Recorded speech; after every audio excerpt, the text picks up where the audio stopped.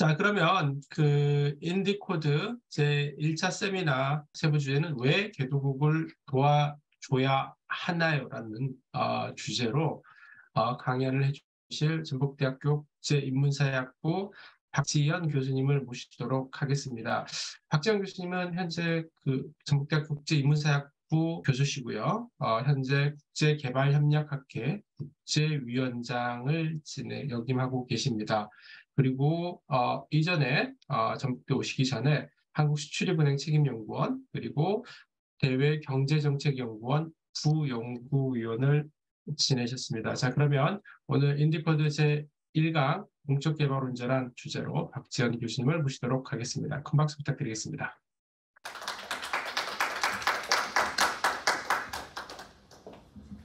네, 안녕하세요. 지금 방금 소개받은 국제인문사회학부 박지연이라고 합니다. 네, 오늘 전체 총괄하고 계시는 우리 사회를 봐주시는 문경현 교수님께서 제목을 말씀 주셨는데 제가 간략하게 강의 드릴 내용의 제목은 공적 개발 원조란 왜 개도국을 도와줘야 하나요? 입니다. 오늘 강의는 보시는 목차 순서로 진행하고자 합니다. 먼저는 공적 개발 원조란 무엇인가요? 그리고 공적 개발 원조는 왜 하나요? 그리고 공적 개발 원조는 어떻게 이루어지고 있나요? 마지막으로 공적 개발 원조는 꼭 해야 하나요? 그 네 가지 질문에 대해서 차례차례 대답하는 형식으로 간단하게 강의를 진행해 보도록 하겠습니다. 먼저 공적개발 원조란 무엇인가요? 에 대한 내용인데요. 공적개발 원조란 무엇일까요? 정말 많이 들어본 말인데 공적개발 원조. 추후 다양한 논의들을 하기 위해서 한번 정리를 하고 간다는 생각으로 간략하게 말씀을 드리면 공적개발 원조는 사실 국제개발 협력을 수행하는 데 활용되는 재원 혹은 그 재원을 활용하는 국제개발 협력 활동을 지칭하는 말입니다. 국제사회에서 국제개발 협력을 왜 하냐? 그 인간의 기본권을 지키기 위해서 국제사회에 있는 모든 인간을 대상으로 하는 협력 활동을 의미하는 건데요. 예전에는 개발 원조라고도 얘기했었고 국제 원조라고도 이야기했었고 해외 원조라고도 이야기했던 국제개발 협력이 어느 순간부터는 서로 같이 협력하는 파트너들을 존중한다는 측면에서 국제개발 협력이라는 용어를 도입하기 시작했습니다. 이 국제개발 협력에 우리가 같이 협력을 하려면 돈이 필요한데, 재원이 필요한데 거기에 활용되는 재원의 종류가 크게 세 가지로 나누어지거든요. 첫 번째로는 우리가 오늘 다루고 있는 공적개발 원조이고 두 번째는 기타 공적 자금, 그리고 민간 재원 등 이러한 재원을 활용해서 국제개발 협력을 하게 됩니다. 그래서 ODA는 이런 재원의 종류 중 하나, 공적인 영역에서 공적인 대상에게 집행되는 원조 활동에 사용되는 재원의 이름이기도 하고요. 그런 재원을 활용해서 하는 협력 활동을 지칭하는 말이기도 합니다.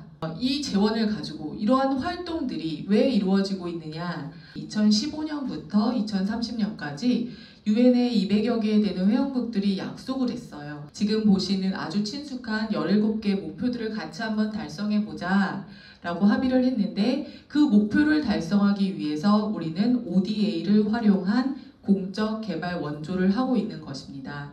아마 목표들 다 보셔서 친숙하긴 하실 건데 가장 기본적으로 빈곤을 없애자, 배고픔을 없애자, 그리고 적절한 수준의 경제 성장을 서로 할 수 있도록 협력하자 등등등의 목표들을 가지고 저희가 지금 ODA를 활용한 국제 개발 협력을 하고 있습니다. 이 목표가 유엔에서 만든 SDG인데 유엔에서는 200여 개가 합의를 한 거잖아요. 그래서 아주 큰 그림으로 17개와 그 169개의 세부 목표를 정했는데 이게 이제 각 나라에 들어가면 조금 다른 형태로 발현이 되어서 새롭게 목표가 만들어졌거든요. 한국의 사례를 가지고 왔는데 한국은 SDG인데 앞에 K를 붙여서 한국 버전 SDG를 2018년에 만들었습니다. 똑같이 목표는 17개인데요.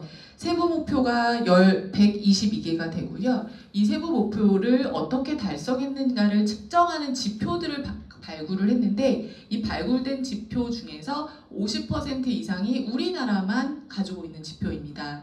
그러면 공적인 영역에서 공적인 영역으로 협력하는 이런 다양한 활동들, 그리고 앞에 17개의 목표를 달성하기 위해서 하는 다양한 협력 활동들은 도대체 왜 해야 하나요? 인데요. 학자들은 제가 오늘 자료를 가져왔는데 굉장히 복잡해요. 읽기도 어렵고 굉장히 복잡하고 복합적으로 학자들은 고민을 했습니다. 도대체 이거 돈 들어가는 활동인데 우리 이거 왜 해야 될까? 왜 할까? 국가들은 이걸 왜 할까? 공적인 영역이라고 하면 국가의 영역을 이야기하는 건데 국가가 다른 국가에게 왜 돈을 쓸까? 왜 재원을 보낼까? 왜 자원을 나눠줄까? 라는 것들을 고민을 하면서 이제 다양한 사례들을 정리를 해서 학자들이 그 결과를 한번 보고한 자료들을 가지고 왔는데요. 첫 번째 논문은 이런 논문입니다. 이 논문이 사실은 관련 연구를 하시는 분들에게 4,500번 이상 참고가 됐던 논문이에요. 가장 사이테이션 숫자가 많은 논문인데 누가 주고 왜 주고 누구에게 주는가에 대한 논문이었습니다. 그래서 해외 원조 배분을 왜 하는지 패턴을 쭉 살펴보니까 식민 경험을 가진 국가들에게 식민지를 가졌던 국가가 굉장히 많이 나눠주더라. 그리고 민주주의 국가에게 굉장히 많이 주더라 하는 패턴을 찾아냈습니다. 그래서 왜 하냐라는 답을 이 논문을 바탕으로 생각을 해보면 예전에 가깝게 지냈던 나라들이랑 가깝게 지내려고 외교적인 전략의 일환으로 원조를 하는구나 라고 결론을 내린 논문이 첫 번째 논문이고요. 두 번째 학자들은 공적 개발 원조를 왜 하냐라고 했을 때 인도주의 원조에 초점을 맞춰서 쭉 사례를 보니까 돈이 많은, 재원이 많은 국가들이 자연재해를 입은 인도적 위기에 놓인 나라들에게 원조를 하긴 하더라. 그런데 다 똑같이 나눠주는 건 아니고 석유를 생산하는 국가, 그리고 자기네 나라 근처에 있는 국가들 위주로 원조를 나눠주더라. 인도주의적 상황에서 원조를 주긴 하지만 여전히 자기 나라의 이익 때문에 공적개발 원조를 하는 것 같아요 라고 결론을 내린 논문입니다. 학자들은 굉장히 복잡하게 모형을 만들어서 이렇게 국제개발협력, 공적개발 원조의 동기를 소개했는데요. 실제 사례를 보시면 간단하게 이해를 하실 수 있으십니다. 아주 대표적인 사례로 인도적 위기에 놓인 어떤 그 사람들, 국제사회의 일원들을 돕기 위해서 원조를 한다. 이게 원조의 동기다. 이래서 원조를 해야 한다라고 이제 사례를 통해 보여주고 있는데요. 그 구글이나 네이버에 치시면 아주 간단하게 나와 있을 거예요. 기본적인 생활도 유지할 수 없는 사람들에게 지금 보시는 것처럼 저렇게 난민촌에 거주하고 있는 사람들을 돕기 위해 수백만 달러의 원조를 한국 정부가 하기로 했다.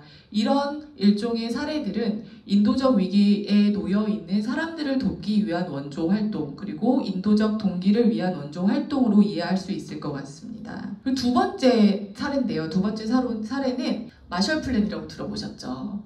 2차 세계대전이 딱 끝나고 나서 전후 복구를 해야 되는데 복구할 돈이 없었던 거죠. 그래서 미국이 지원을 해주기로 계획을 세웁니다. 미국 의회에서 계획을 세워서 1947년부터 이 계획을 수행을 하게 되는데 원조의 수혜를 얻은 국가들은 영국, 프랑스 순서로, 독일 순서로 세 나라가 가장 큰 혜택을 입었다고 합니다. 그래서 결과적으로 봤을 때 여러 가지 무늬를 만들고 데코레이션을 하긴 했지만 결국 이 원조는 유럽 안에서 미국에게 우호적인 그 동맹을 만들기 위한 재원으로 활용되었다고 평가를 받고 있고요. 세 번째는 어떤 동기로 공적개발 원조를 하느냐, 돈을 보내는 거니까 우리 세금으로 만들어진 공적 기금을 전달을 하는 거니까 공여국의 경제적 이득을 위해 하는 거야 라고 설명할 수 있는 사례들이 있습니다. 원조의 종류 중에 Aid for Trade라고 해서 무역 활성화를 위한 원조가 있습니다.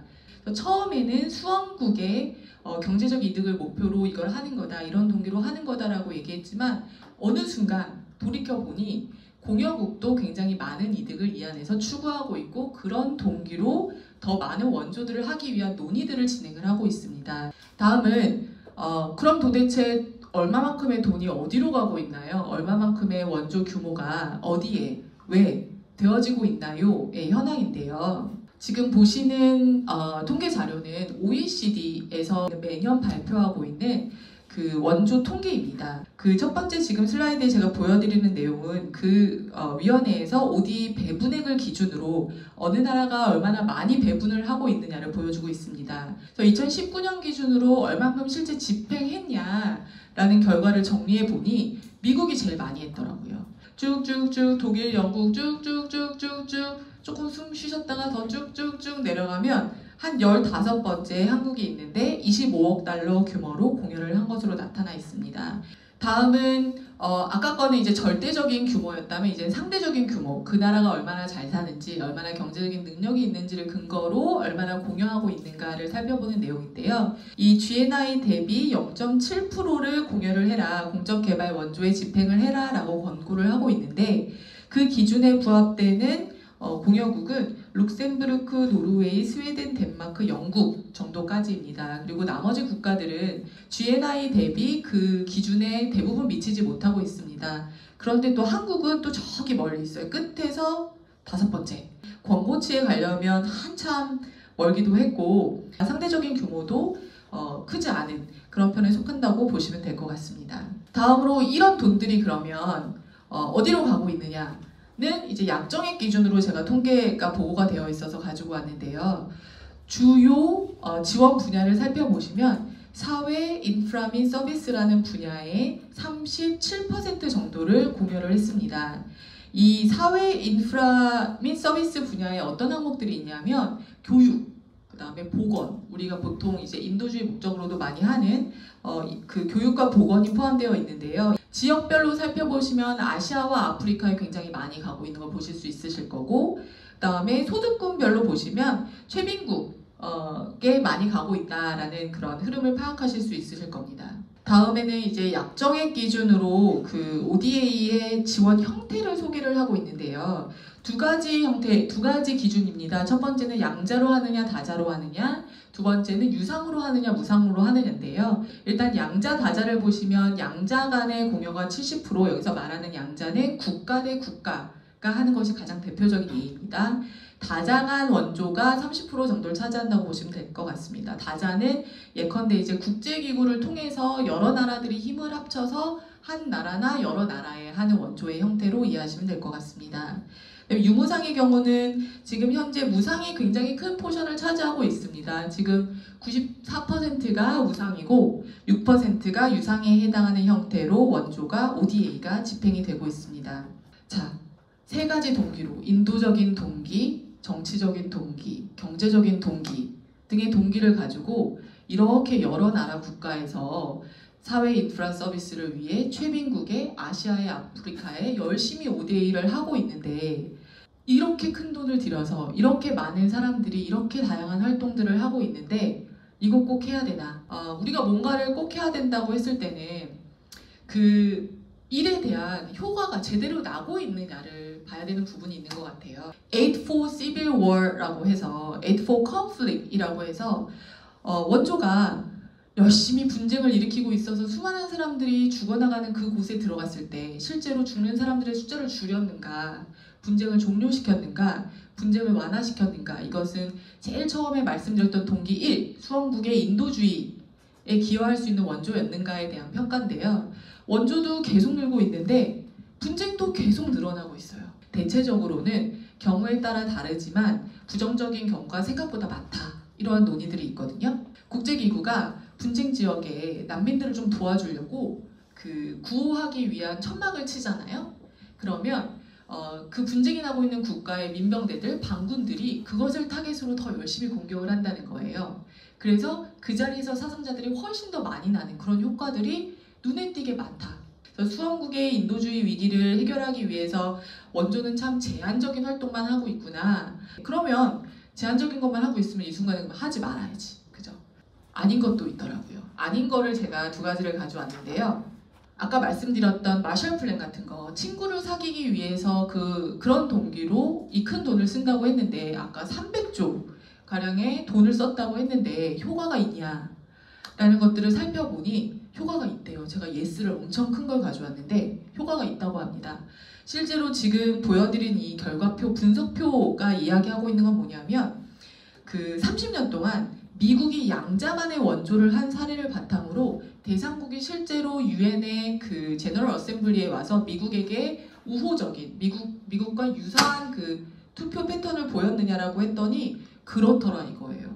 인상 깊었던 결과가 유성 원조는 영향을 미치지 못했는데 무성으로 준 원조는 타이드 원조인지 언타이드 원조인지 상관없이 무성으로 준 경우에는 100% 영향을 미쳤다. 따라오더라 라는 분석 결과고요. 그래서 공화국의 정치 외교적 편익은 이런 동기 정도는 조금 맞춰주는 것 같아 라고 해서 마음이 조금 풀려서 그러면 돈을 썼는데 내 편이 돼줬으니까 그럼 좀 해볼까? 라는 마음이 조금 들 수 있을 것 같아. 마지막 하나 더. 또 강력한 예스인데요. 아까 말씀드렸던 에이드 포 트레이드. 원래는 에이드를 왜 하냐면 수원국이 잘 살 수 있게끔 무역 원활화를 시켜주려고 한 거였는데 이게 실제로 되고 나서 보니까 수원국만 도와주는 게 아니라 공여국의 수출 확대 효과를 가져온다라는 결론이 나온 거예요. 아주 구체적인 수치로는 1달러의 원조를 제공을 하면 2.15달러의 수출 수익을 높였다라는 그런 분석이 이 연구 보고서의 결론이거든요. 종류에 따라, 공여국에 따라, 원조의 형태에 따라 그 영향의 효과는 영향의 정도는 다를 수 있지만 대체적으로 긍정적인 영향을 미치더라. 마음이 갑자기 확 열려. 그 큰 돈을 썼는데 처음에는 사람들만 싸우게 한다더니 이제는 돈 주는 사람이 정치적으로도 친구가 많이 생기고 외교적으로도 가까운 내 편이 생기는 데다가 잘 살 수 있는데 도움이 된대 라고 해서 약간 해봐도 되지 않을까? 하는 고민들이 생기지 않았을까 싶어요. 이런 쭉 얘기들을 통해서 저의 결론은 이거였어요. 우리 처음 시작할 때 질문했잖아요. 공적개발 원조는 도대체 뭔데 우리가 공적개발 원조를 사용해서 굳이 개도국을 꼭 왜 도와줘야 되나요? 라는 질문이었는데 그거에 대한 답이에요. 저만의 답. 개도국을 도와줘야 하는 진짜 이유. 알고 보니 돕는 게 아니었어. 협력하는 거였는데 그 협력이 상대만을 위한 게 아니라 오히려 어쩌면 지금 제가 보여드린 데이터로는 상대보다도 나한테 더 확실한 도움이 되는 나한테 더 확실한 베네핏을 줄 수 있는 협력이었어. 그럼 이거 나를 위한 거잖아. 내가 낸 세금으로 내가 득을 보는 거잖아. 그러면 why not? 할만하네. 그래서 우리가 개도국을 도와줘야 하는 이유는 나를 위한 거. 내가 개도국과의 협력을 통해서 나 스스로를 위한 베네핏을 만들어낼 수 있는 그런 구조라는 거. 그래서 도와주지 않을 이유가 없다는 거. 이런 결론으로 저는 오늘 강의를 1부 강의를 마무리 지어보고자 합니다. 네, 이상입니다.